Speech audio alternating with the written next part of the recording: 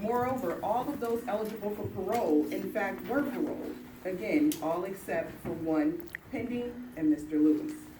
Mr. Lewis's sentencing started, his resentencing issue started in 2012 before Judge Ewell, and finally in 2016 when his request was granted after a long battle in the appellate court, which eventually turned Judge Ewell's initial vacating of his sentence into a resentencing.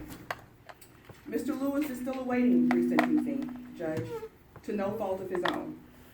Had Mr. Lewis been properly resentenced to a term of years in an appropriate time period, with the help of his file, which we all know is mysteriously missing, statistics show that Mr. Lewis would have been immediately parole eligible and the parole board would have paroled him, and he would be home free right now.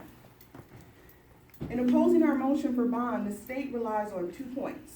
First, the citations that he's received during his 41 years in prison, including a citation for fighting 4 years ago, and second, his conviction itself. Neither points are sufficient grounds for denying Mr. Lewis bond, but let's briefly deal with those 2 issues.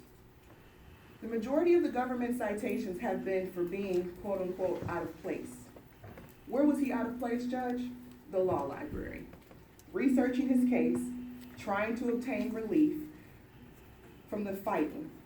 Indeed, the state has attached the report of the altercation.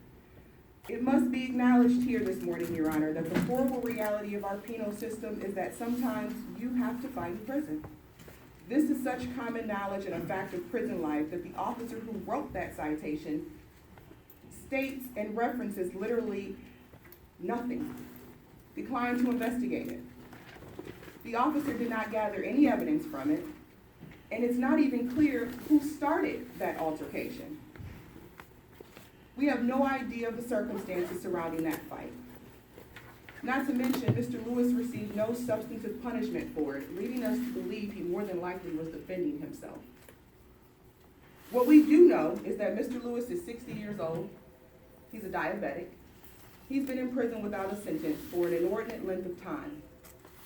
We also know that he has a network of support from his community, his family, and his friends who are all sitting here today and have supported him for longer than I've been alive. The simple question this court needs to consider is this, Judge. Is it likely that Mr. Lewis poses a danger to the public or the community? Of course, the answer is no.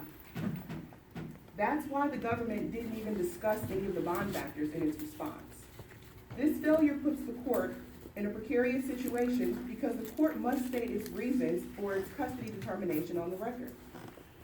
Every factor for a bond determination, except for the conviction itself, weighs in Mr. Lewis's favor, according to MCR 6.106F1.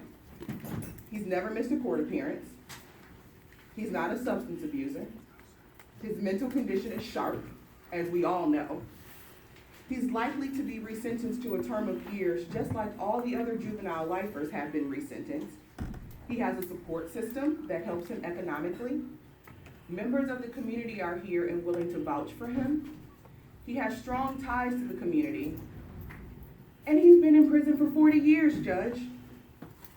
Now, I'm sure the prosecution is going to continue to jump up and down on the fact that Mr. Lewis was convicted of armed robbery and of killing a police officer. And that's really all they can do, Judge.